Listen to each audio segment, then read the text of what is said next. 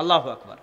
এটা হচ্ছে ধৈর্যের ফল, সবরের ফল, যে আল্লাহ তাকে পৃথিবীতে চিরস্থায়ী তার জিনিসগুলোকে আল্লাহ নিদর্শন বানিয়ে দিয়েছেন।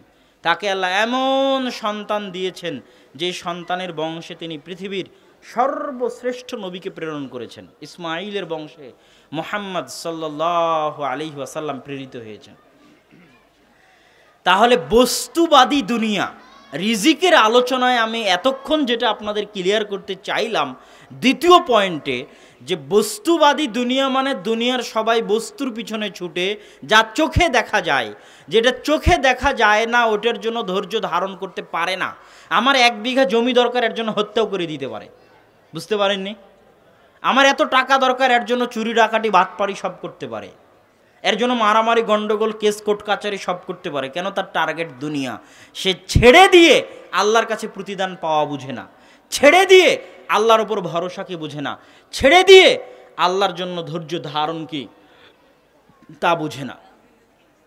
সম্মানিত উপস্থিতি, অন্তরের শান্তি, পরিবারের শান্তি তখনই আসবে যখন আপনি বস্তুবাদী দুনিয়া থেকে বের হয়ে আল্লাহর জন্য, আল্লাহর ভরসায় কিছু ছাড় দিতে পারবেন, তখন পরিবারে শান্তি আসবে। পরের পয়েন্ট, প্রথমে বললাম রিজিক কি, তারপরে বললাম দুনিয়ার মূল্য, দুনিয়ার বাস্তবতা। দুনিয়ার মূল্য, দুনিয়ার বাস্তবতা বুঝাতে গিয়ে আর একটা হাদিস, রাসূল সাল্লাল্লাহু আলাইহি ওয়াসাল্লাম বলছেন, ইয়াকুলু ইবনু আদম মালি মালি মালি। আদম সন্তান বলে আমার টাকা, আমার টাকা, আমার টাকা।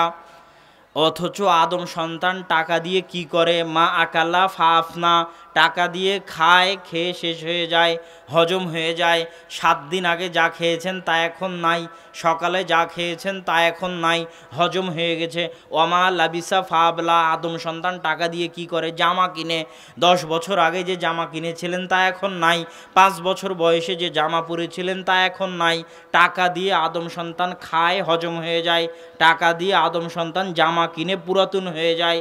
এর বাইরে যা কিছু করে, খাওয়ার কাপড়ের বাইরে জমি জায়গা কিনে, ব্যাংক ব্যালেন্স করে, গাড়ি বাড়ি করে, বাকি যা কিছু করে সব অন্যের, মরলেই বুঝতে পারবে।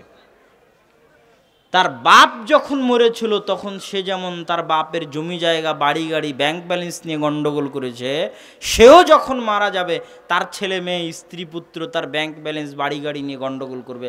তাহলে আজীবন টাকা পয়সা উপার্জন করে খেয়ে হজম করলো, নল্লির নিচে, গলার নিচে যাওয়ার পরেই শেষ। জামা কিনে জামা ক্ষয় করলো, পুরাতন হয়ে গেল। আর ব্যাংক ব্যালেন্স, বাড়ি গাড়ি যা করলো সব ছেলে মেয়ে, আত্মীয় স্বজন, বউ পুত্র নিয়ে গেল। এই ছেলে সেই ছেলে, এই মেয়ে সেই মেয়ে, এই স্ত্রী সেই স্ত্রী। ইয়াউমা ইয়াফিরুল মারউ মিন আখিহি ওয়া উম্মিহি ওয়া আবিহি ওয়া সাহিবাতিহি ওয়া বানিহি। সেই ভয়ঙ্কর কিয়ামতের দিন এই ছেলে তাকে দেখে পালিয়ে যাবে, এই স্ত্রী তাকে দেখে পালিয়ে যাবে, এই মেয়ে তাকে দেখে পালিয়ে যাবে, একটা নেকি একটা গুনাহের জন্য। এটাই পৃথিবীর নিষ্ঠুর বাস্তবতা। তার জন্য ততটুকুই যতটুকু সে পরকালে পাঠিয়েছে, তার জন্য ততটুকুই যতটুকু সে আল্লাহর জন্য করেছে।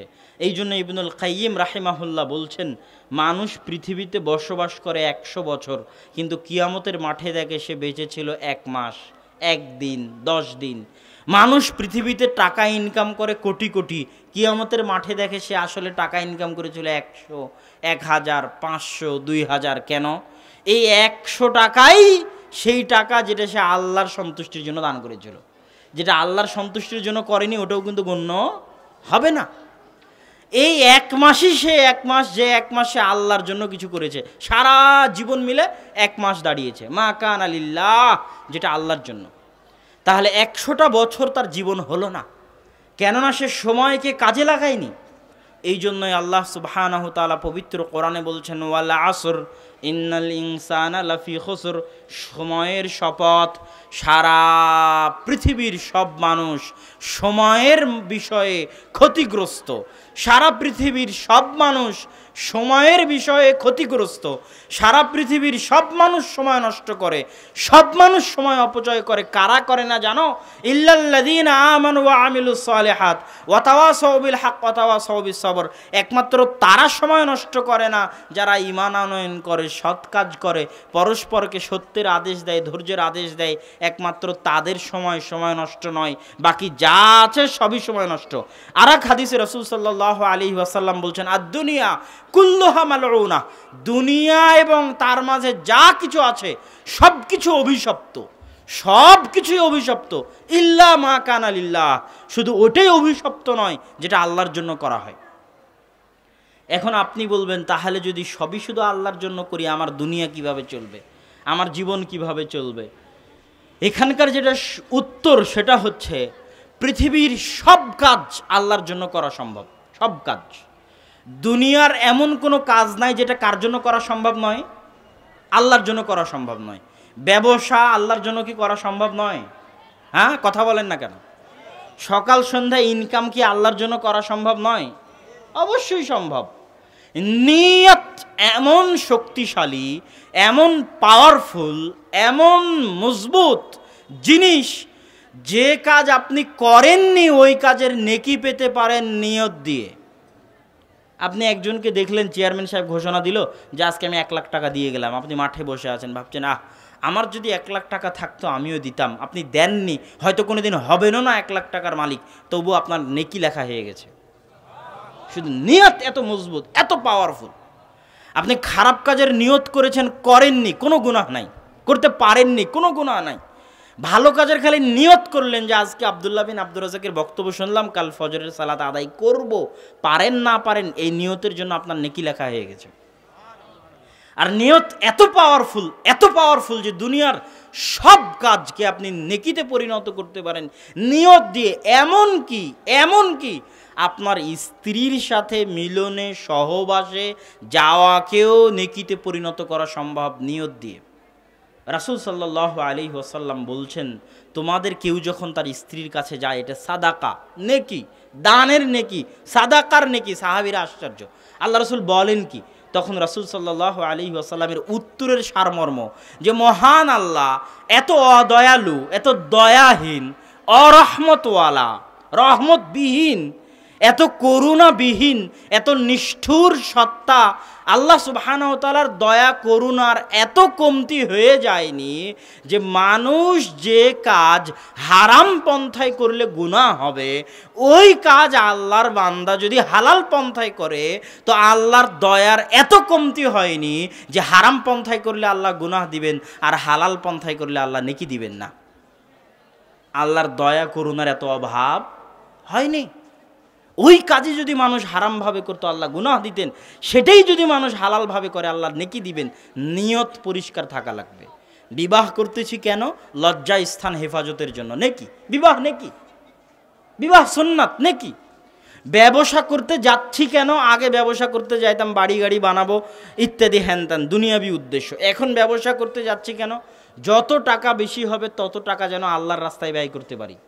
সকাল থেকে সন্ধ্যা পর্যন্ত যতক্ষণ দোকানে থাকবেন ততক্ষণ কি বলেন তো? নেকি। কথা বলেন না কেন? ততক্ষণ কি নেকি। তাহলে দুনিয়ার সব কিছুই অভিশপ্ত, ততটুকু অভিশপ্ত নয় ততটুকু আল্লাহর জন্য করা হয়, কিন্তু সব কাজই তো আল্লাহর জন্য করা সম্ভব। শুধু কিসের পরিবর্তন দরকার? নিয়তের পরিবর্তন দরকার। আলোচনা করছিলাম রিজিক, যে দুনিয়ার মূল্য আল্লাহ সুবহানাহু তাআলার নিকটে। সম্মানিত উপস্থিতি, তারপরের আলোচনা যে রিজিকের মালিক কি আমাদের হাতে রিজিক না আল্লাহ সুবহানাহু তাআলার হাতে রিজিক? এটাও সবাই মুখে বলে, অন্তরে খুব কম মানুষ বিশ্বাস করে। অন্তত পক্ষে যে বা যারা রিজিকের জন্য হারাম পন্থায় আছে তারা কেউ আল্লাহকে রাজ্জাক হিসেবে বিশ্বাস করে না। 1 টাকা যে বা যারা হারাম পন্থায় ইনকাম করছে, এখন যারা উপস্থিত আছে মাঠে, আপনি নিজেকে জিজ্ঞেস করবেন, আপনি 1 টাকা যদি হারাম পন্থায় ইনকাম করে থাকেন, করার চেষ্টা করে থাকেন, তাহলে আপনি রিজিক দাতা যে আল্লাহ এটা বিশ্বাস করেন না। কথা বলেন না যে আপনি রিজিক দাতা যে আল্লাহ, তাহলে এটা আপনি বিশ্বাস করেন না। আল্লাহ সুবহানাহু তাআলা পবিত্র কোরআন মাজিদে বলছেন, কুল্লামা দাখালা আলাইহা যাকারিয়াল মিহরাব ওয়াজাদা ইনদাহা রিজকা যখনই জাকারিয়া মারিয়ামের নিকটে যান, তার নিকটে অসময়ের রিজিক দেখতে পান, তখন তিনি বলেন, ইয়া মারিয়াম আন্না আলাকে হাজা, মারিয়াম অসময়ের রিজিক কই থেকে আসলো? মারিয়াম বলেন, ইন্নাল্লাহা ইয়ারযুকু মান ইয়াশা বিগাইরি হিসাব, আল্লাহ যাকে ইচ্ছা তাকে বেহিসাব রিজিক দিতে পারেন। হুনালিকা দাআ জাকারিয়া রাব্বাহ, সেখানেই জাকারিয়া তার প্রতিপালককে ডাকতে চাইল। যে আল্লাহ মারিয়ামের মতো সতী সাধবী মেয়ে দিতে পারেন, সে আল্লাহ আমাকে কি সন্তান দিতে পারেন না?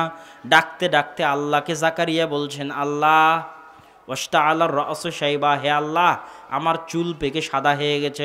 অমরাতি আকের, আমার স্ত্রী বন্ধা। যখন যুবক ছিলাম তখনই সন্তান জন্ম দিতে পারিনি, আমার স্ত্রী বন্ধা ছিল। আজ আমিও বৃদ্ধ, দাড়ি চুল পেকে সাদা হয়ে গেছে, সন্তান হওয়ার কোনো সম্ভাবনাই নাই। তবে আমি জানি ইন্নাকা আলা কুল্লি শাইইন কাদির, সব কিছুর ওপর আপনি ক্ষমতাবান, আপনি আমাকে একটা সৎ সন্তান দেন। এই আয়াত পড়ে যেটা বুঝাতে চাইলাম, এই আয়াতের মূল অংশ ইন্নাল্লাহা ইয়ারযুকু মান ইয়াশা বিগাইরি হিসাব, আল্লাহ যাকে চান তাকে বেহিসাব রিজিক দিতে পারেন। আর এক আয়াতে আল্লাহ সুবহানাহু ওয়া তাআলা বলছেন, আয়াতের সারমর্ম হচ্ছে মাইয়াত্তাকিল্লাহ, যে ব্যক্তি আল্লাহকে ভয় করবে, আল্লাহর ওপর ভরসা করবে, ইয়াজআল্লাহু মাখরাজা, আল্লাহ তার রিজিকের জন্য একটা রাস্তা বের করে দিবেনই দিবেন, একটা রাস্তা বের করে দিবেনই দিবেন। এমন কি মিন হাইসু লা ইয়াহতাসিব, এমন জায়গা থেকে আল্লাহ তাকে রিজিক দিবেন যেই জায়গা থেকে তার রিজিক আসতে পারে এটা সে কল্পনাতেও ভাবেনি। আল্লাহু আকবার। যে আল্লাহকে ভয় করবে, আল্লাহর উপর ভরসা করবে, তাকে আল্লাহ রিজিক তো দিবেনই দিবেন, এমন জায়গা থেকে রিজিক দিবেন যেই জায়গা থেকে তার রিজিক আসতে পারে এটা সে জন্মেও স্বপ্নেও কল্পনা করেনি, ওই জায়গা থেকে আল্লাহ তাকে রিজিক দিবেন। হাদিসে কুদসিতে রাসূল সাল্লাল্লাহু আলাইহি ওয়াসাল্লাম বলছেন, আল্লাহ বলছেন হাদিসে কুদসি, ইয়া বানি আদম, হে আদমের সন্তান, কুল্লুকুম জায়ের, হে আদম সন্তান তোমরা সবাই ক্ষুধার্ত। আজকে মাঠে যারা বসে আছো সবাই ক্ষুধার্ত, দুনিয়াতে যতশো কোটি মানুষ আছে সবাই ক্ষুধার্ত। সেই রাতে খেতে পেয়েছে ইল্লা মান আতামতু, যাকে আমি আল্লাহ খেতে দিয়েছি সেই খেতে পেয়েছে। সবাই ক্ষুধার্ত, সবাই যদি খেতে পেয়ে থাকে তো সবাইকে খেতে কে দিয়েছে? আল্লাহ খেতে দিয়েছে। ফাস্তাতিমুনি উতিমুকুম, অতএব তোমরা খেতে চাও আমার নিকটে, অতএব তোমরা খাবার চাও আমার নিকটে, উতিমুকুম, আমি আল্লাহ তোমাদেরকে খেতে দেব। এই হাদিসে রাসূল সাল্লাল্লাহু আলাইহি ওয়াসাল্লাম হাদিসে কুদসি বর্ণনা করছেন যে আল্লাহ সুবহানাহু তাআলা বলেন, লাউ আন্না আউওয়ালাকুম ওয়া আখিরাকুম ওয়া ইনসাকুম ওয়া জিন্নাকুম, হে আদম সন্তান, হে জিন জাতি, তোমাদের শুরু থেকে নিয়ে শেষ পর্যন্ত, আদম থেকে নিয়ে কিয়ামত পর্যন্ত সব বানু আদম, সব আদম সন্তান, সব জিন জাতি এক ফি সাঈদিন ওয়াহিদিন, এক খোলা মাঠে, আজকে যেমন এখানে হাজার খানেক মানুষ এক খোলা মাঠে জমা হয়েছেন, এই রকম সারা পৃথিবীর আদম থেকে নিয়ে কিয়ামত পর্যন্ত সব মানুষ এক খোলা মাঠে জমা হলো, সব জিন এক খোলা মাঠে জমা হলো। ফাসালু মাসআলাতাহুম, যার যা চাওয়ার আছে তাই চাইলো, একবারে চাইলো, একসাথে চাইলো দুনিয়ার সব মানুষ এক খোলা মাঠে।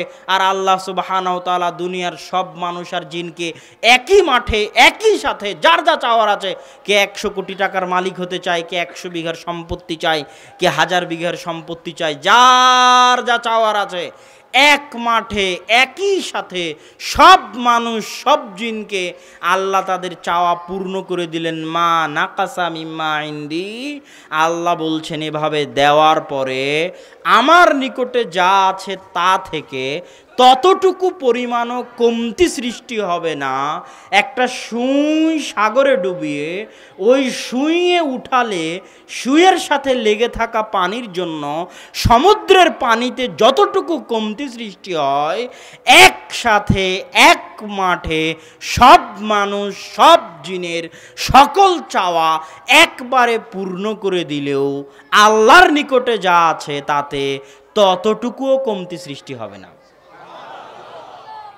আল্লাহ সুবহানাহু ওয়া তাআলা হচ্ছেন রাজ্জাক। মন্ত্রী যিনি কোটি টাকার মালিক, তার ছেলে কি টাকার অভাবের ভয় করতে পারে? অনেক বড় ব্যবসায়ী ধনী, তার ছেলে বসুন্ধরা গ্রুপের মালিকের ছেলে কি টাকার ভয় করতে পারে? অভাবের করতে পারে না। তাহলে যে 100-তে 100 আল্লাহর দাস, আব্দুর রাজ্জাক, রিজিক দাতার দাস, 100-তে 100 আল্লাহর দাস। কোন আল্লাহ? যে আল্লাহ পৃথিবীর সব ধনীকে বলেছেন আনতুমুল ফুকারা, তোমরা সবাই ফকির, তোমরা সবাই কি ফকির। একমাত্র ধনীকে আব্দুল গানি, আল গানি, একমাত্র ধনীকে আল্লাহ। তো রাজার ছেলে যদি অর্থের ভয় না করে, কোটিপতির ছেলে যদি অর্থের ভয় না করে, তাহলে যে আল গানি আর রাজ্জাক, ধনী এবং রাজ্জাক রিজিক দাতা, তার যে 100-তে 100 গোলাম, 100-তে 100 দাস, সে কি রিজিকের ভয় করতে পারে? রিজিকের ভয়ে মরে যাওয়ার ভয় করতে পারে? পারে না। যদি সামান্যতম তার ভিতরে ভয় কাজ করে রিজিকের, তাহলে এখনো সে আল্লাহর গোলাম হতে পারেনি, এখনো সে আল্লাহর দাস হতে পারেনি। আল্লাহর দাসত্ব বা আল্লাহর গোলামি কি, এটা আমরা অনেকেই বুঝি না। মনে করি আল্লাহর দাসত্ব এটা আবার কেমন জিনিস? দাসত্ব আবার কি? ওয়ামা খালাকতুল জিন্না ওয়াল ইনসা ইল্লা লিয়াবুদুন, আমি মানুষ এবং জিনকে সৃষ্টি করেছি আমার ইবাদতের জন্য। এই অনুবাদ করলে মানুষ বুঝে যে আল্লাহ মানুষকে সৃষ্টি করেছে খালি সালাত, সিয়াম, হজ, জাকাতের জন্য। এই জন্য আমি এই অনুবাদ করি না। ইয়াবুদুন শব্দটা এসেছে আব্দুন থেকে, দাসত্ব। আব্দ মানে গোলাম, দাস, কৃত দাস, তাকে বলে আব্দ। ইয়াবুদুন মানে দাসত্ব করা, গোলামি করা। ওয়ামা খালাকতুল জিন্না ওয়াল ইনসা ইল্লা লিয়াবুদুন, আমি মানুষ আর জিনকে সৃষ্টি করেছি আমার দাসত্ব করার জন্য, গোলামি করার জন্য। ইবাদত বললে আপনি বুঝবেন সালাত, সিয়াম, হজ, যাকাত, মসজিদ থেকে বের হয়ে গেছে, ইবাদত শেষ।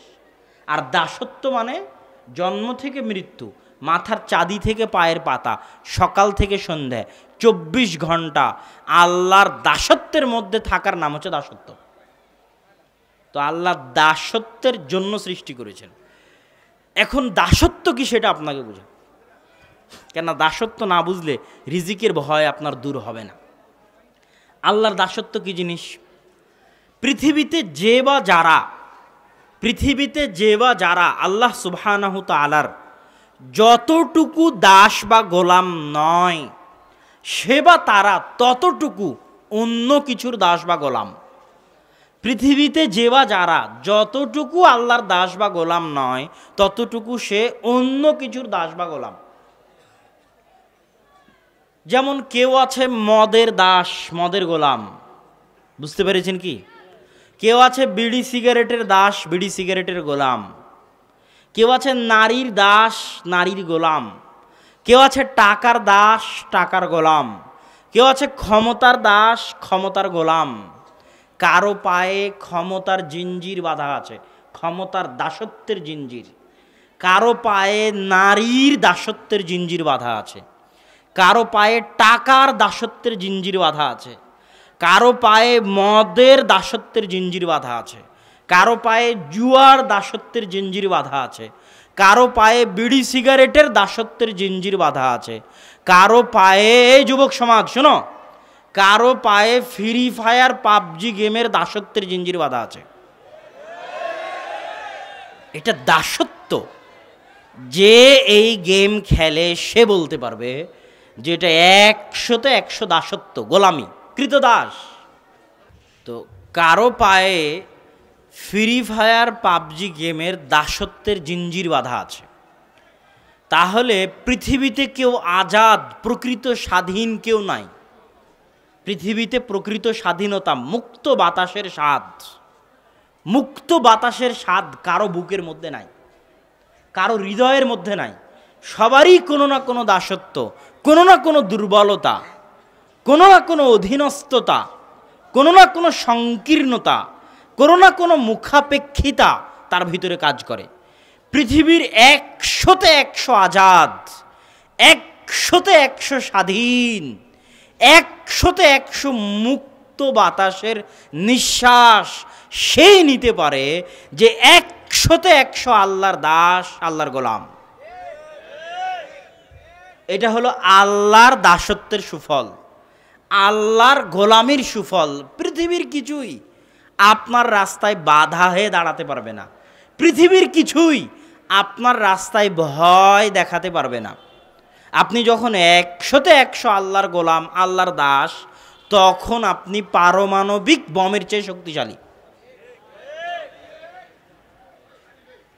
আবু বকর, ওমর, ওসমান, আলী, খালিদ বিন ওয়ালিদ, আমর ইবনুল আস, তারা রোমান সাম্রাজ্য তাদের পায়ে ধ্বংস হয়ে গেল, পারস্য সাম্রাজ্যকে তারা পদদলিত করলেন। এমন কি তাদের কাছে ছিল, কি এমন জাদুর কাঠি ছিল যেটা দিয়ে তারা তৎকালীন বিশ্বের বড় বড় 2 পরাশক্তিকে ধ্বংস করে দিলেন। একমাত্র তাদের কাছে এটাই ছিল যে তাদের পায়ে দুনিয়ার কোনো কিছুর দাসত্বের জিঞ্জির বাধা ছিল না, পৃথিবীর কোনো কিছুর গোলামির জিঞ্জির তাদের পিছু টান হয়ে দাঁড়িয়েছিল না। টাকা, ধন দৌলত, দুনিয়া, ক্ষমতা, নেশা, নারী, মদ, জুয়া, এমন কিছু দুনিয়াতে ছিল না যেটার দাসত্বের জিঞ্জির তাদের রাস্তার পথে বাধা হয়ে দাঁড়াবে। তারা 100-100 আল্লাহর গোলাম ছিলেন, আল্লাহর স্বাধীন, আল্লাহর দাস ছিলেন। এই জন্য এরা 100-100 সবচেয়ে স্বাধীন মানুষ ছিলেন। আজকে আপনারা সবাই পরাধীন, সবাই। যতক্ষণ না আপনি 100-100 আল্লাহর গোলাম হতে না পেরেছেন, ততক্ষণ আপনি স্বাধীন হতে পারবেন না, ততক্ষণ মুক্ত বাতাসের স্বাদ নিতে পারবেন না, শান্তিতে মরতে পারবেন না, শান্তিতে ঘুমাতে পারবেন না। বুঝতে পারেননি? টেনশনে ঘুম হবে না, পরিবারে অশান্তি, বাড়িতে অশান্তি। 100-100 স্বাধীন, আজাদ, শান্তির ঘুম, মুক্ত বাতাসের স্বাদ তখনই নিতে পারবেন যখন 100-100 আল্লাহর গোলাম, আল্লাহর দাস হতে পারবেন। বলছিলাম, রিজিক আমাদের হাতে না আল্লাহর হাতে? আল্লাহর হাতে বুঝাতে গিয়ে এতক্ষণ যা আলোচনা হলো তার পরের কথা। আব্দুল্লাহ বিন মাসউদ রাদিয়াল্লাহু তাআলা আনহু থেকে বর্ণিত, তিনি বলেন, রাসূল সাল্লাল্লাহু আলাইহি ওয়াসাল্লাম বলেছেন যে কোনো আত্মা ততক্ষণ পর্যন্ত মৃত্যুবরণ করবে না হাত্তা তুস্তাউফা রিজকুহু, যতক্ষণ না তার ভাগ্যে যে রিজিক লেখা আছে সেই রিজিক সে পরিপূর্ণ করে না নেয়, ততক্ষণ পর্যন্ত কোনো আত্মা দুনিয়া থেকে বিদায় নিবে না। তো এখন আত্মাকে তো দুনিয়া থেকে বিদায় নিতেই হবে, নাকি না নিতে হবে না? নিতে হবে। মানুষকে তো একদিন না একদিন মরতেই হবে, আরও মরবে না যতক্ষণ না ওর রিজিক ও খেয়েছে, ওর রিজিক ও পেয়েছে, অতক্ষণ ও কী করবে না? মরবে না। তো মরতে যখন হবে তাহলে রিজিকও ভক্ষণ করতে হবে। তার মানে মরণ যেমনভাবে তার পিছে দৌড়াচ্ছে, তার রিজিক ঠিক তত গতিতেই তার পিছনে দৌড়াচ্ছে। মরণ যেভাবে আপনার পিছু ধাওয়া করতেছে, মরণের গতিতে, ঠিক মরণের গতিতে আপনার রিজিক আপনার পিছু ধাওয়া করতেছে। কেন? রিজিক না শেষ হলে আপনি মরবেন না যে, আর আপনাকে মরতে তো হবে। কথা মনে হয় বুঝাতে পারিনি আমি। আপনার রিজিক না শেষ হলে আপনি মরবেন না, তো যেহেতু মরতে হবে সেহেতু রিজিক শেষ হতে হবে। অতএব মরণও আপনার পিছে দৌড়াচ্ছে, রিজিকও আপনার পিছে দৌড়াচ্ছে। এই জন্য আল্লাহ সুবহানাহু ওয়া তাআলা বলেছেন, লা তাকতুলু আওলাদাকুম খাশিয়াতা ইমলাক, তোমরা তোমাদের সন্তান সন্ততি হত্যা করিও না, কম করে নিও না, রিজিক রুজি রুটির ভয়ে। নাহনু নারযুকুকুম ওয়া ইয়াহুম, তোকেও খাওয়াই আমি, তোর সন্তানকেও খাওয়াবো আমি। দুনিয়া চালাই কে? আল্লাহ। আমরা সৃষ্টিজীব কার? আল্লাহর। তো আল্লাহর দুনিয়া আল্লাহ চালাবে, আল্লাহর সৃষ্টিজীব, তার রিজিকের দায়িত্ব কার? আল্লাহ সুবহানাহু ওয়া তাআলা কোরআনে বলেছে, ওয়ামা মিন দাব্বাতিন ফিল আরদ ইল্লা আলাল্লাহি রিজকুহা, জমিনের বুকে দাব্বা, দাব্বা মানে বিচরণ করা, জমিনের বুকে বিচরণ করে এমন কোনো জীবজন্তু, পশু পাখি, পোকা মাকড়, পাখ পাখালি, মানুষ জিন, এমন কোনো প্রাণী যা জমিনে বিচরণ করে, তাদের সকলের দায়িত্ব কে বহন করে? আল্লাহ।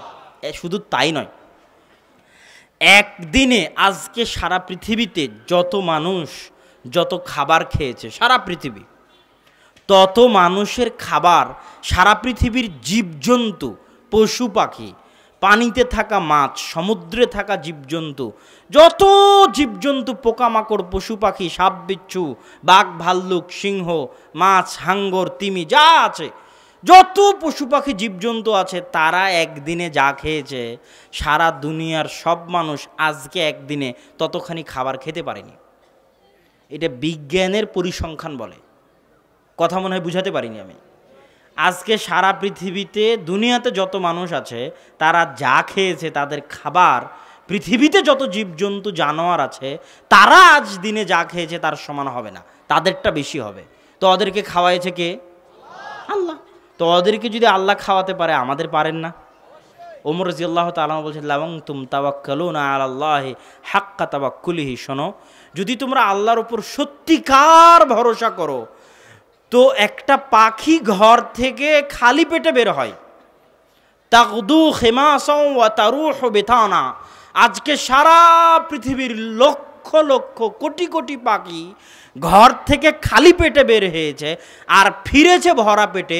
এরা কেউই নিজেদের জন্য খাবার জমা করেনি, কেউ না, কেউই নিজেদের জন্য খামা জমা রাখেনি। আজকে সারা পৃথিবীর যত জীবজন্তু, পাখ পাখালি, কেউই কালকের জন্য খাবার জমা করে রাখেনি। তো আজকের কোটি কোটি লাখ লাখ পাখি, পশু পাখি বাড়ি থেকে যদি খালি পেটে বের হয়ে ভরা পেটে ফিরতে পারে, ওদের যদি আল্লাহ খাওয়াতে পারেন, তোমাদের পারবেন না?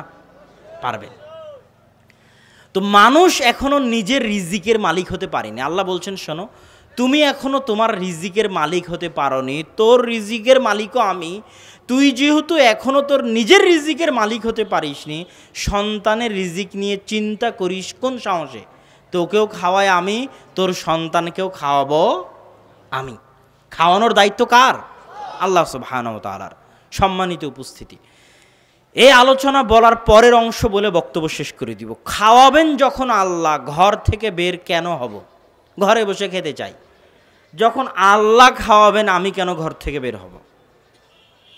খাওয়ার উদ্দেশ্যে ঘর থেকে বের হওয়া, রিজিকের উদ্দেশ্যে, রুজির উদ্দেশ্যে ঘর থেকে বের হওয়া ইবাদত। কি বলেন তো? আল্লাহর নির্দেশ মান্য করা, আল্লাহর নির্দেশ মান্য করা ইবাদত। আল্লাহ সুবহানাহু ওয়া তাআলা বলছেন, হুয়াল্লাযী জাআলা লাকুমুল আরদা দালুলান ফামশু ফি মানাকিবিহা ওয়া কুলু মির রিজকিহি। তিনি সেই সত্তা যিনি পৃথিবীকে তোমাদের অধীনস্থ করে দিয়েছে। সারা পৃথিবী, পুরো পৃথিবীকে আল্লাহ মানুষের অধীন করে দিয়েছে। সারা পৃথিবীকে আল্লাহ মানুষের খেদমতে লাগিয়ে রেখেছে, মানুষের দাস, মানুষের গোলাম করে রেখেছে সারা পৃথিবীকে। অতএব আল্লাহর এই দয়া, আল্লাহর এই নেয়ামত তোমরা ভক্ষণ করো, খাও, আল্লাহর নির্দেশ।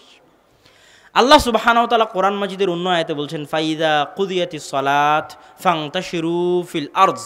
যখন সালাত শেষ হয়ে যায়, কথার কথা ফজরের সালাত শেষ হয়ে গেল, জুমার সালাত শেষ হয়ে গেল, তো ফজরের সালাত শেষ করে বাড়িতে এসে ঘুমিয়ে যেও না, জুমার সালাত শেষ করে বাড়িতে এসে শুয়ে যেও না, সালাত শেষ করে ইবাদত করে ঘুমিয়ে যেও না, বরং জমিনে ছড়িয়ে পড়ো, জমিনে বেরিয়ে পড়ো। কেন? অবতাগু মিন ফাজলি। ওয়া আশহাদু আন্না মুহাম্মাদান আবদুহু ওয়া রাসূলুহু। যাবতীয় প্রশংসা, হামদ ও সানা আল্লাহ সুবহানাহু ওয়া তাআলার জন্য। আলহামদুলিল্লাহ। আমরা তারই প্রশংসা করি, তার নিকটে সাহায্য প্রার্থনা করি, তার নিকটে ক্ষমা প্রার্থনা করি। আমাদের যাবতীয় অন্যায়, অনিষ্ট, গুনাহের কাজের কুফল থেকে আল্লাহ সুবহানাহু তাআলার নিকটে পরিত্রাণ চাই। আল্লাহ সুবহানাহু তাআলা যাকে হেদায়েত দিতে চান, তাকে পথ ভ্রষ্টকারী কেউ নেই। আর আল্লাহ সুবহানাহু তাআলা যাকে হেদায়েত দিতে চান না, তাকে হেদায়েত দানকারী কেউ নেই। আমরা সাক্ষ্য দেই, আল্লাহ সুবহানাহু তাআলা তার সত্তাগতভাবে, নামগতভাবে, গুণগতভাবে, কর্মগতভাবে, সার্বিকভাবে একক অদ্বিতীয় সত্তা। তিনি ব্যতীত ইবাদতের, দাসত্বের, উপাসনার যোগ্য কেউ নেই। আমরা আরও সাক্ষ্য দেই, মুহাম্মদ সাল্লাল্লাহু আলাইহি ওয়াসাল্লাম তার প্রেরিত দূত এবং তার বান্দা দাস গোলাম। পর কথা এই যে যিনি উপস্থাপনা করলেন তিনি একটু বেশি প্রশংসা করে ফেলেছেন, তবে প্রশংসা করলে যেটা বলতে হয় সেটা আপনাদের সকলের বলা উচিত, তারও বলা উচিত, আমারও বলা উচিত। সেটা হচ্ছে, এবং আপনাদেরও এটা শিখে যাওয়া উচিত, যে যখনই আপনি আপনার ছেলের প্রশংসা করবেন, আপনি আপনার মেয়ের প্রশংসা করবেন, বা আপনার সামনে কেউ আপনার ছেলে বা মেয়ের প্রশংসা করছে, তখন যদি শুধুই প্রশংসা করেন আর কোনো দোয়া না করেন, তাহলে সেই প্রশংসা বদনজর। আবার বুঝেন বিষয়টা, আপনি নিজেও আপনার ছেলের প্রশংসা করছেন কিন্তু দোয়া করছেন না, যে জানেন আমার ছেলে ফার্স্ট ক্লাস ফার্স্ট হয়েছে, কিন্তু এই কথার সাথে আপনি মাশা আল্লাহ, বারাকাল্লাহ, আল্লাহ তাকে আরও ভালো করার তৌফিক দিক, তার এই ভালোতে বরকত দিক, এই রকমের কোনো দোয়া করছেন না, মানে আপনি আপনার ছেলেকে বদনজর দিচ্ছেন। এমনকি নিজেরও বদনজর নিজের উপর লাগতে পারে, নিজেরও। আমি নিজে যদি বলি যে আমি এতদিনে কোরআন হেফজ করেছি, আমি দারুল উলুম দেওবন্দে পড়েছি, আমি মদিনা ইসলামী বিশ্ববিদ্যালয়ে পড়েছি, কিন্তু আমি এটা বলার সাথে আমি আমার জন্য দোয়া করতেছি না যে আল্লাহ আমাকে এটাতে আরও বরকত দিক, আল্লাহ আমার জ্ঞানে আরও বরকত দান করুক, আমি যাতে আরও জ্ঞান অর্জন করতে পারি, আরও ভালো পথে চলতে পারি, তার মানে আমি আমার নিজের গুণে বদনজর দিচ্ছি। এবং বদনজর এত ভয়ানক, এত ভয়ঙ্কর, এত জঘন্য, এত নিকৃষ্ট যে রাসূল সাল্লাল্লাহু আলাইহি ওয়াসাল্লাম বলছেন, আল আইনু হাক্কুন, বদনজর সত্য। তাকদীরকে যদি কোনো কিছু পরাজিত করতে পারতো তাহলে সেটা বদনজর। তাকদীরকে যদি কোনো কিছু পরিবর্তন করে দিতে পারে তাহলে সেটা কুনজর, কুদৃষ্টি, বদনজর। এই জন্য সৌদি আরবের কোনো মানুষের সামনে তার বাচ্চার যদি আপনি প্রশংসা করেন, মাশাল্লাহ বাচ্চাটা দেখতে কত কিউট, ফেসবুকে একটা ছোট বাচ্চার ছবি দিবেন, কমেন্টের পর কমেন্ট, অনেক কিউট বাচ্চা, অনেক সুন্দর, অনেক কিউট, অনেক সুন্দর, এরকম কমেন্ট যদি করে কেউ তার বাচ্চার সামনে, আর যদি মাশাআল্লাহ বারাকাল্লাহ না বলে, তোর কলার ধরে নিবে, ধরে নিয়ে বলবে যে আপনি দোয়া করেন, দোয়া করে দিয়ে যান, দোয়া করে দিয়ে যান, দোয়া করেন। দোয়া যদি না করে তার মানে তার অন্তরে কি আছে? তার অন্তরে বদনজর আছে, যেটা প্রভাব বিস্তার করবে।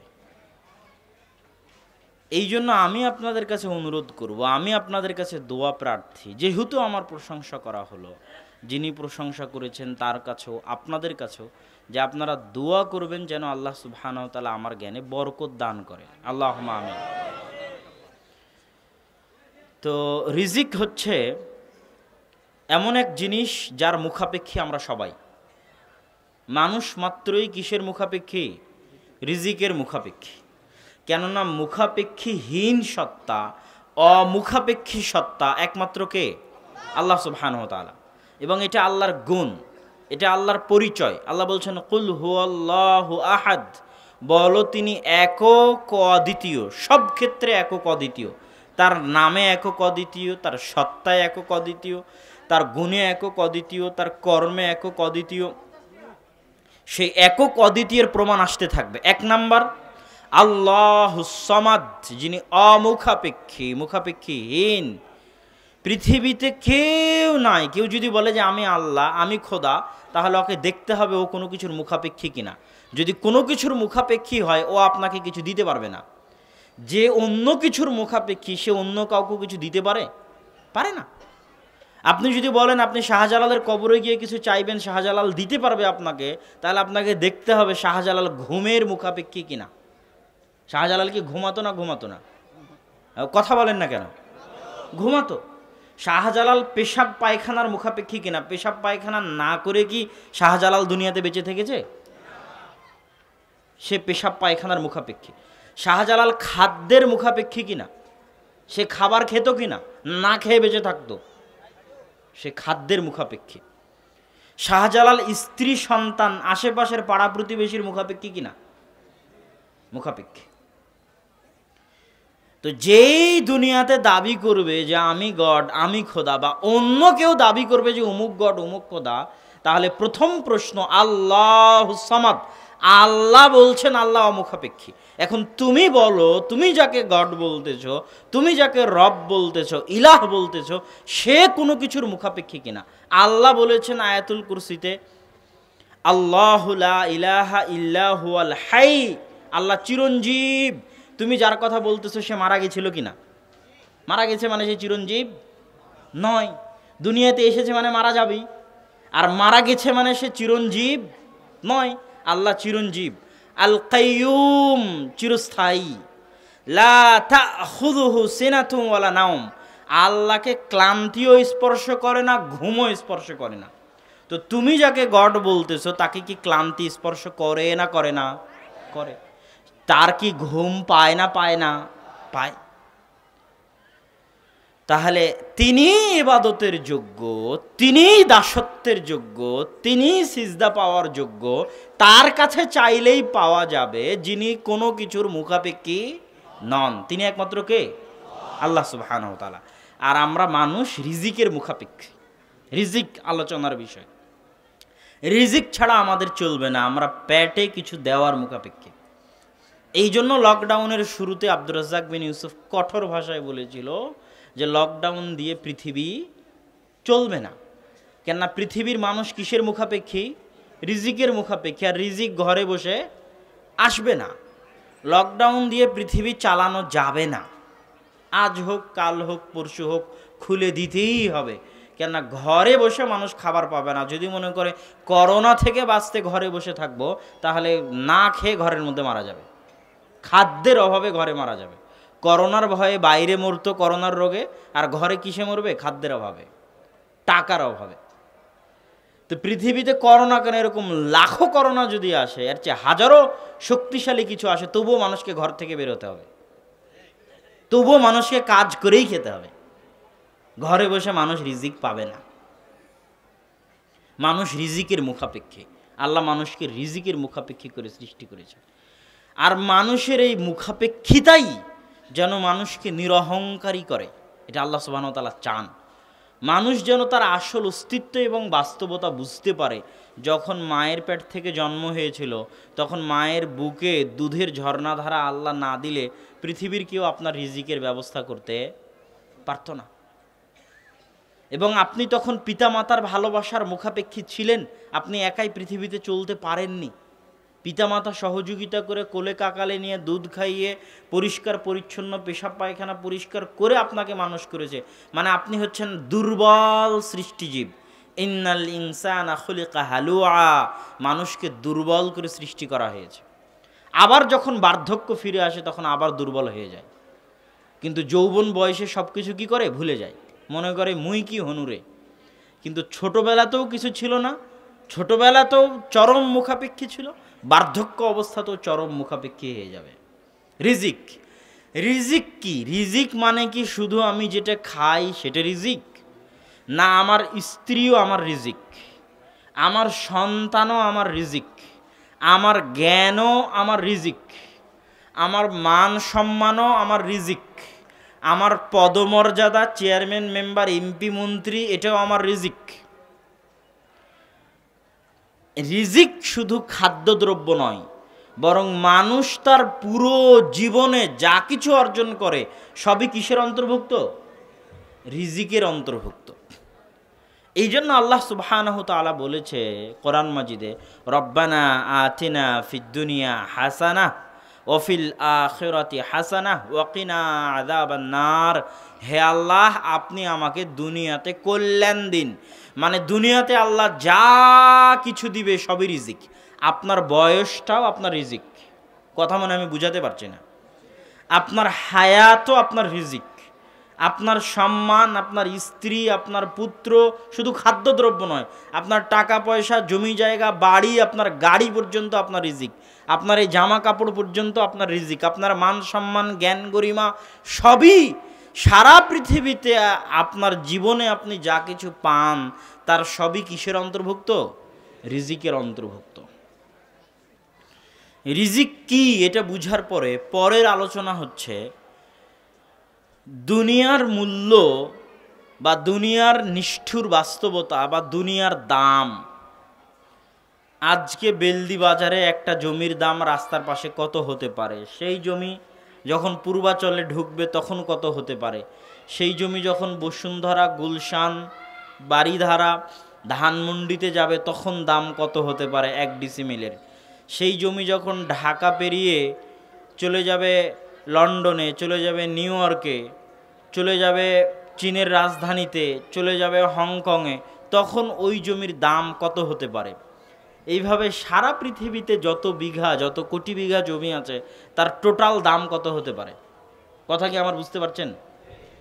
আবার ঠিক এই জমির উপর এ বছরে যত ফসল ফল ফলাদি উৎপাদন হয়েছে সারা পৃথিবীতে, সেই সারা বছরের ফসল ফল ফলাদির দাম কত হতে পারে।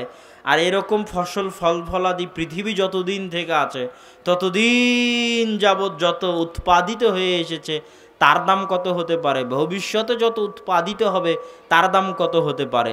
এই জমির নিচে আল্লাহ যে স্বর্ণ, গ্যাস, তেল রেখেছেন, সেই স্বর্ণ, গ্যাস, তেল, কয়লার মূল্য কত হতে পারে। এই জমিনে যে পানি আছে, পানিতে যে জীবজন্তু, মাছ মাছালি আছে, তার দাম কত হতে পারে। সমুদ্রে যে মণিমুক্তা আছে তার দাম কত হতে পারে। সারা পৃথিবীতে যত গবাদি পশু আছে, জীবজন্তু, জানোয়ার, গরু, মহিষ, ছাগল, বাঘ, সিংহ, তার দাম কত হতে পারে। একটা বাঘ যেটা মিরপুর চিড়িয়াখানায় আছে তার দাম কয়েক লক্ষ টাকা।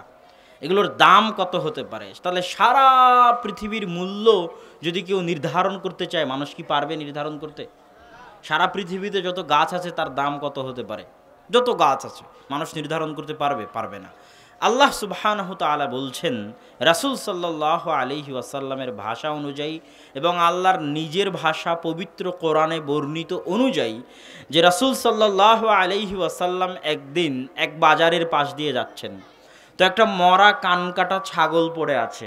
রাসূল সাল্লাল্লাহু আলাইহি ওয়াসাল্লাম বলছেন, সঙ্গী সাথী, আইয়ুহিব্বু আহাদুকুম মান ইয়াখুযাহু বিদিরহামিন, তোমাদের মধ্যে কেউ কি আছে যে এই মরা কানকাটা ছাগলটা 1 দিরহাম, 1 দিনারের বিনিময়ে কিনে নিবে?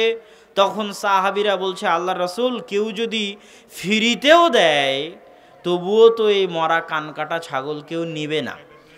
তখন রাসূল সাল্লাল্লাহু আলাইহি ওয়াসাল্লাম বলছেন, সঙ্গী সাথী শোনো, সাহাবীরা শোনো, মাদ্দুনিয়া আহওয়ানু ইনদাল্লাহ, আজকের এই মরা কানকাটা ছাগলের মূল্য তোমাদের নিকটে যা, এই মরা কানকাটা ছাগলের দাম তোমাদের নিকটে যা, এই সারা পৃথিবীর মূল্য, সারা পৃথিবী এবং তাতে যা কিছু আছে তার দাম আল্লাহ সুবহানাহু ওয়া তাআলার নিকটে ততটুকুও নয়।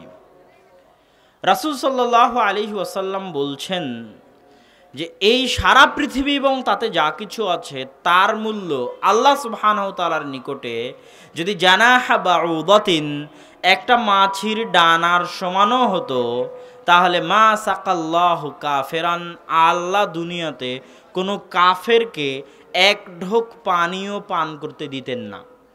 কিন্তু আজকের পৃথিবীতে তো সব ধনী সব কাফেররাই। মাইক্রোসফটের মালিক বিল গেটস বলেন, আর মুকেশ আম্বানি বলেন, রিলায়েন্সের মালিক, আর আলিবাবা.কমের মালিক জ্যাক মা বলেন, যারা পৃথিবীর বড় বড় ধনী তারা সব অমুসলিম, তারা সব কাফের। তার মানে হচ্ছে এই দুনিয়া মানুষের হক বাতিলের, মানুষের আল্লাহর ভালোবাসা অভালোবাসার, আল্লাহর আযাব শাস্তির মানদণ্ড নয়। ইউসুফ আলাইহিস সালাতু ওয়াস সালাম যখন কুয়ায় নিক্ষিপ্ত তার ভাইদের দ্বারা, ইউসুফ আলাইহিস সালাতু ওয়াস সালাম যখন বাজারে বিক্রি হচ্ছেন গোলাম কৃতদাস হিসেবে, ইউসুফ আলাইহিস সালাতু ওয়াস সালাম যখন মানুষের বাড়িতে চাকর হিসেবে কাজ করতেছেন, ইউসুফ আলাইহিস সালাতু ওয়াস সালাম যখন মিথ্যা অপবাদ মাথায় নিয়ে 7 বছর জেল খাটতেছেন, এই সবগুলো অবস্থায়, মানুষের বাড়িতে চাকর অবস্থায়, কৃতদাস অবস্থায়, গোলাম অবস্থায়, বাজারে বিক্রি হওয়া অবস্থায়, 7 বছর জেল খাটা অবস্থায়, মিথ্যা অপবাদ মাথায় অবস্থায়, কুয়াতে নিক্ষিপ্ত অবস্থায় তিনি নিজে নবী, তার বাপ নবী, তার দাদা নবী, তার পরদাদা নবী, তার পরদাদা ইব্রাহিম নবী, তার দাদা ইসহাক নবী, তার পিতা ইয়াকুব নবী, আর তিনি নিজে নবী।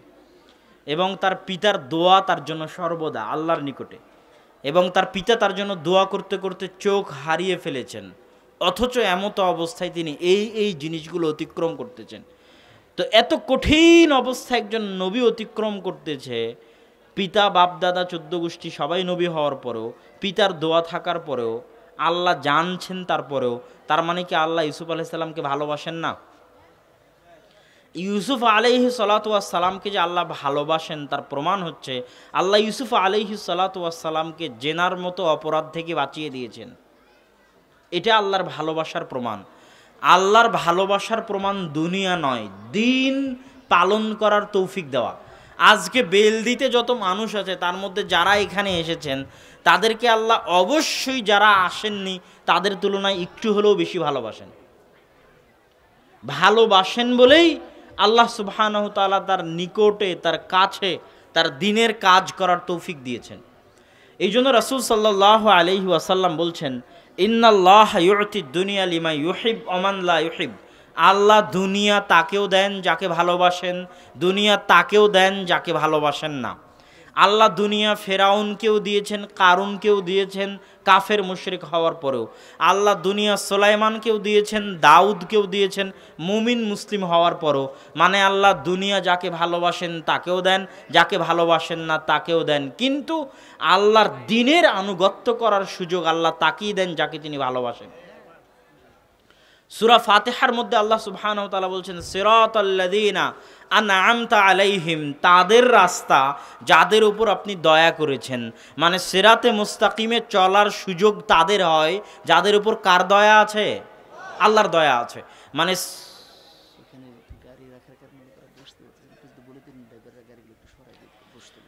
স্টেজ থেকে হাতের ডান পাশে যে সমস্ত ড্রাইভাররা গাড়ি রেখেছেন তারা গাড়িগুলো একটু সরালে মানুষজন বসতে পারত। স্টেজের ডান পাশে যারা গাড়ি রেখেছেন তারা একটু গাড়িগুলো সরিয়ে নিন, মানুষজনের বসার ব্যবস্থা করে দিন। তো সম্মানিত উপস্থিতি, আর আল্লাহ সুবহানাহু তাআলা তাকেই দ্বীনের জ্ঞান দান করেন।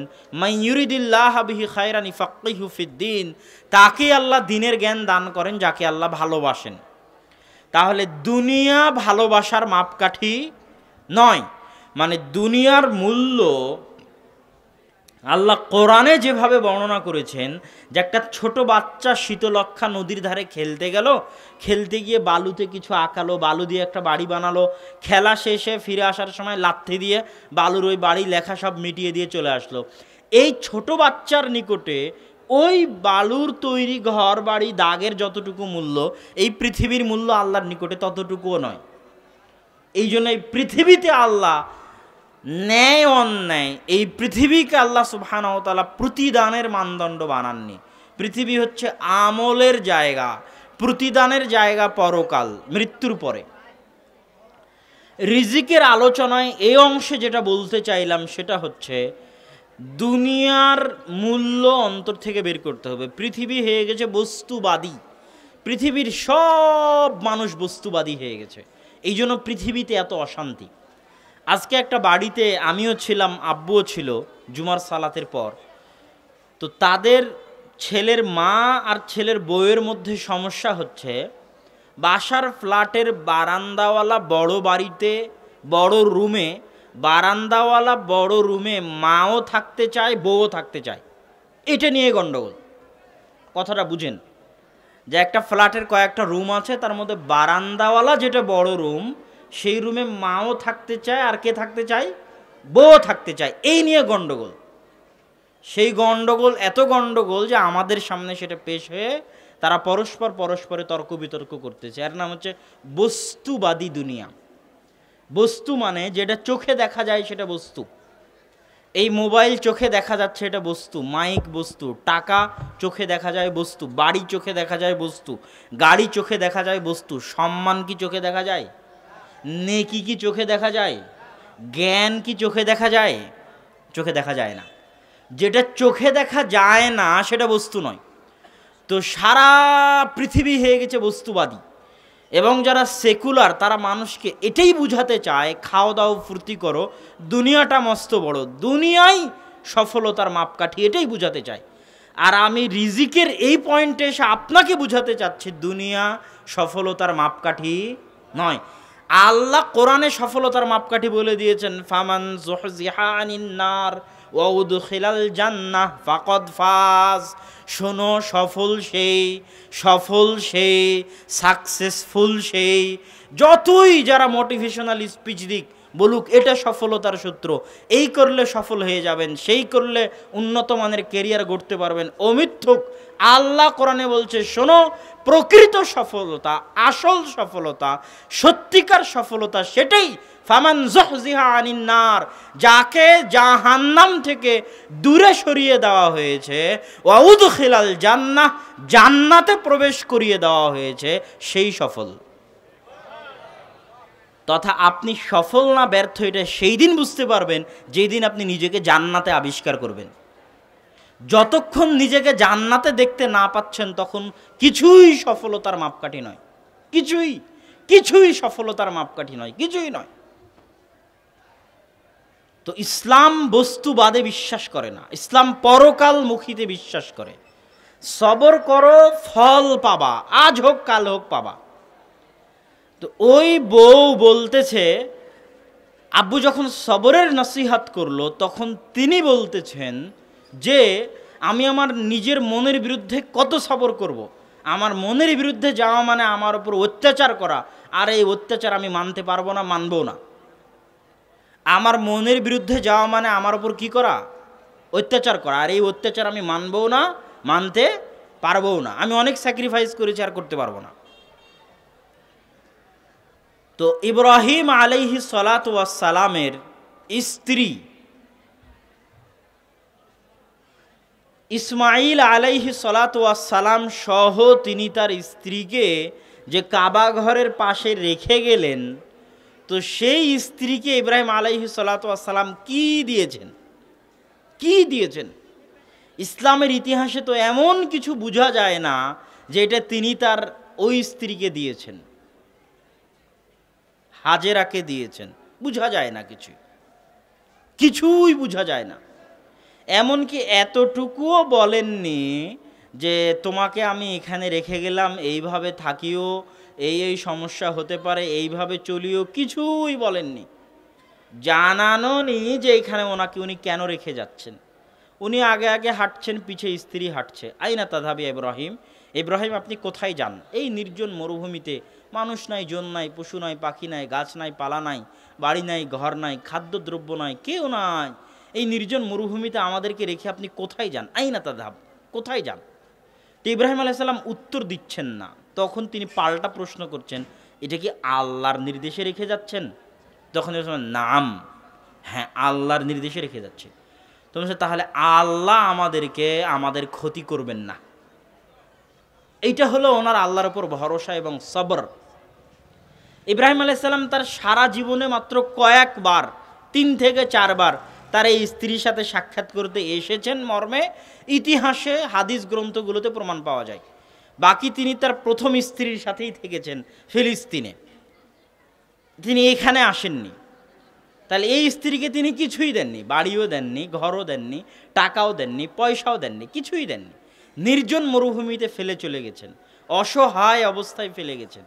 কিন্তু তার স্ত্রী তার কাছে কি কিছু চেয়েছে না ধৈর্য ধারণ করেছে? ধৈর্য ধারণ করেছে। এই ধৈর্যের বিনিময় উনি কি দুনিয়াতে চেয়েছে? ধৈর্যের বিনিময় কি উনি দুনিয়াতে চেয়েছে?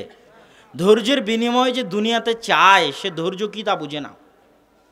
ধৈর্যের বিনিময় উনি আল্লাহর কাছে চেয়েছেন, আর আল্লাহ কিন্তু সবই দেখে। ইন্নাল্লাহ সামিউম বাসীর, আল্লাহ সব কিছু দেখেন এবং শুনেন। তো তার এই ধৈর্য, তার এই আল্লাহ ভরসার বিনিময়কে আল্লাহ তাকে দেননি? দিয়েছেন।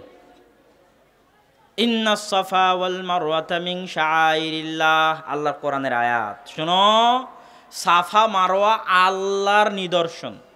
সাফা মারওয়া কার নিদর্শন? আল্লাহর নিদর্শন। কেন? এই সাফা মারওয়ায় আমার প্রিয় বান্দিনী হাজেরা তার সন্তানের পানির জন্য দৌড়িয়েছিল। আমি এটাকে তার জন্য এমনভাবে নিদর্শন বানিয়ে দিলাম, কিয়ামত পর্যন্ত যত মাসের মধ্যে আল্লাহ বরকত আছে, দয়া আছে।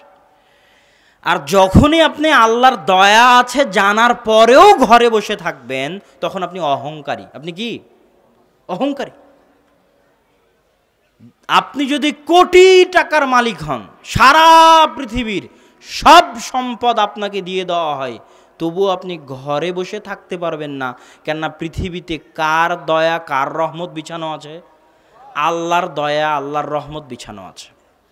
দাউদ আলাইহিস সালাতু ওয়াসসালাম গোসল করছেন, স্বর্ণের বৃষ্টি হচ্ছে, তিনি গোসল ফেলে দিয়ে স্বর্ণ কুড়াতে গেছেন। তো দাউদ আলাইহিস সালাম কি ফকির মিসকিন? যত নবীকে আল্লাহ সবচেয়ে ধনী করেছেন তার মধ্যে তারা বাপ বেটা দাউদ আর সুলাইমান সবচেয়ে ধনীদের একজন। কেন কুড়াতে গেলেন? কোটি টাকার মালিক হওয়ার পরও, লাখ টাকার মালিক হওয়ার পরও, এটা তো আল্লাহর দয়া। আর আল্লাহর দয়া আমার সামনে পড়ে থাকবে আর আমি নিতে যাব না, এটা অহংকার। এটা কি অহংকার? যেই রিক্সাওয়ালাকে আমি বলবো চলো দেবই বাজার যায়, আমি ওর জন্য আল্লাহর দয়া, ও যদি আমাকে না নিয়ে যায় ও জীবনে ধনী হতে পারবে না, ওর ভাগ্যে ধনী হওয়া নাই। এটা ড্রাইভারকে যদি আমি বলি চলো আজকে অমুক জায়গায় যেতে হবে, সে বলে আজকে আমার ইনকাম হয়ে গেছে আমি যেতে পারবো না, আমি ওর জন্য দয়া ছিলাম, ও আল্লাহর দয়াকে পদদলিত করলো, ও ধনী হতে পারবে না। তাহলে রিজিকের অনুসন্ধান করবেন কিসের জন্য? আল্লাহর দয়ার সামনে নিজেকে ছোট দেখাতে, নত দেখাতে। বুঝতে পারেননি মনে হয়। আমি যদি বুঝাতে না পারি তাহলে এটা আমার ব্যর্থতা। একটা টাকাও যদি হালাল পন্থায় উপার্জন করার মাধ্যম থাকে তো ওই একটা টাকা হালাল পন্থায় উপার্জনের চেষ্টা করা, আল্লাহর দয়ার সামনে নিজেকে ছোট দেখানো, এর জন্য সে নেকি পাবে। আর হারাম পন্থায় ইনকামের চেষ্টা করা মানে সে আল্লাহকে রিজিক দাতা হিসেবে বিশ্বাস করে না। তো সম্মানিত উপস্থিতি, এই জন্য আমাকে এবং আপনাকে রিজিকের জন্য বের হতে হবে। এটা আল্লাহ চান, এটা আল্লাহ সুবহানাহু ওয়া তাআলার সামনে নত হওয়া, ছোট হওয়া, আল্লাহ এটা পছন্দ করেন। ইউনুস আলাইহিস সালাতু ওয়াস সালাম যখন মাছের পেটে, তখন কি আল্লাহ জানেন না যে ইউনুস মাছের পেটে? জানেন না? জানেন না? জানেন।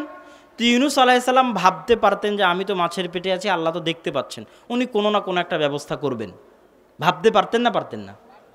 উনি সেটা না ভাবে উনি কি বলেছেন? লা ইলাহা ইল্লা আনতা সুবহানাকা ইন্নী কুনতু মিনাজ জালিমিন। কেন? উনি জানেন যে আল্লাহ চাওয়া পছন্দ করে। আল্লাহ কি পছন্দ করে? চাওয়া পছন্দ করে। মুসা আলাইহিস সালাতু ওয়াস সালাম যখন বললেন যে আমার জিহ্বা পুড়ে গেছে, কথা বলতে পারি না, তো এটা বলা মাত্রই তো আল্লাহ পাল্টা বলতে পারতেন যাও মুছা তোমার জিহ্বা ভালো করে দিলাম, বলতে পারতেন না? সেটা না করে আল্লাহ আবার মুসাকে পাল্টা বলছেন তুমি চাও। মুসা আলাইহিস সালাম, আমি এসে আপনাকে বললাম ভাই আমার এই সমস্যা কি করা যায়, আচ্ছা ঠিক আছে তোমার সমস্যা আমি সমাধান করে দিলাম, তা না বলে আপনি বলছেন শোনো তুমি এভাবে চাও, রব্বি ইশরাহ লি সদরি ওয়া ইয়াসসির লি আমরি ওয়াহলুল উকদাতাম মিন লিসানি ইয়াফকাহু কওলি। হে আল্লাহ আমার অন্তর, আমার বক্ষকে প্রশস্ত করে দিন, কাজকে সহজ করে দিন, জিহ্বার জড়তা দূর করে দিন। আল্লাহ চাইতে বললেন। কেন? আল্লাহ চাওয়াকে পছন্দ করেন, ভালোবাসেন। আল্লাহর সামনে ছোট হওয়াকে আল্লাহ ভালোবাসেন। এটাই ইবাদত। মানুষ গুনাহ করেও জান্নাতে চলে যাবে, ইবাদত করেও জাহান্নামে যাবে। ইবাদত যদি অন্তরে অহংকার দেয় তো আল্লাহ সুবহানাহু ওয়া তাআলা বরদাস্ত করবেন না, ওকে জাহান্নামে দিয়ে দিবেন।